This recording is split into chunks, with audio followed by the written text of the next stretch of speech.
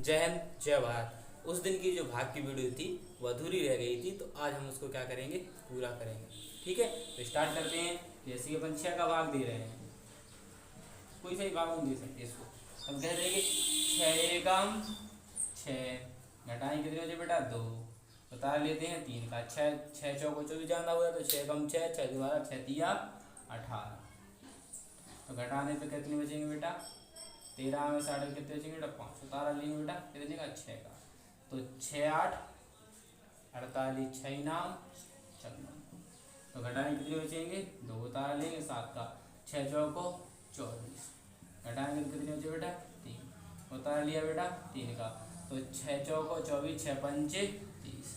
तो घटाने पर बेटा कितने बचे 3। तो ये तुम्हारा क्या हो जाता है बेटा शेष पर। ये क्या हो जाता है बेटा शेष पर। ठीक है, तो इस तरीके से आप भाग करोगे तो आपके भाग के बहुत अच्छे अच्छे आंसर आएंगे। ठीक है, तो जिससे अपन भाग देते हैं उसे अपन कहते हैं भाजक।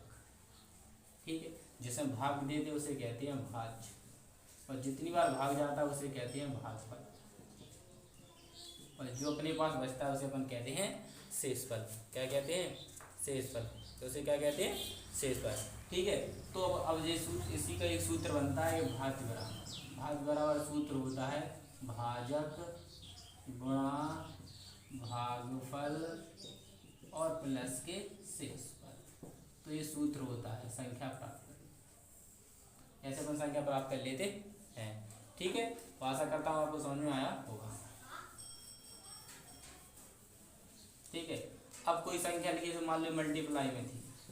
ठीक है, तो मैं इसका उसमें गुणा करो, 4 तिया 12, 4 छिंग 24 और 1 25। तो जिससे गुणा करते हैं उसे कहते हैं गुणक, और जिसमें गुणा करते हैं उसे कहते हैं गुणन, और जो इन दोनों गुणा करने पर जो प्राप्त होता है उसे कहते हैं गुणनफल।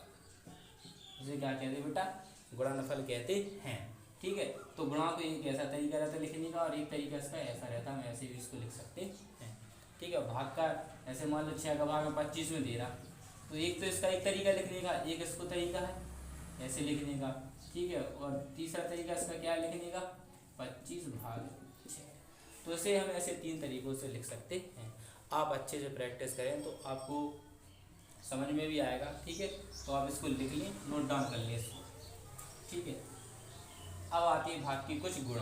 जो भाग के गुण होते हैं, गुण क्या होता है, अगर हम 0 से किसी भी संख्या में भाग देते हैं, जैसे बेटा अगर हम 0 से किसी भी संख्या में भाग देते हैं तो उसका आंसर आता है अनंत। क्या आता है बेटा उसका आंसर होता अनंत। अगर हम किसी भी संख्या से 0 में भाग देते हैं तो भाग जाता है बेटा 0 बार। भाग क्या जाता है बेटा 0 बार। जब 1 से हम किसी संख्या में भाग देते हैं तो हमारा उतनी ही बार भाग जाता है। अगर 1 से हम किसी संख्या में देते हैं तो भागफल वही संख्या प्राप्त होती है। समझ रहे होंगे। और जब हम किसी सेम टू सेम संख्या से, यानी मतलब अगर 7 का भाग हम 7 में देते हैं तो हमें एक भागफल प्राप्त होता है। तो ये 4 इसकी प्रॉपर्टीज हैं, जिसे क्या कहते हैं गुण कहते हैं। तो ये इसके गुण है भाग के, कि 0 से अगर किसी भी संख्या में भाग देंगे तो अनंत बार जाता है, और 7 से 0 में भाग देते हैं तो 0 बार जाता है।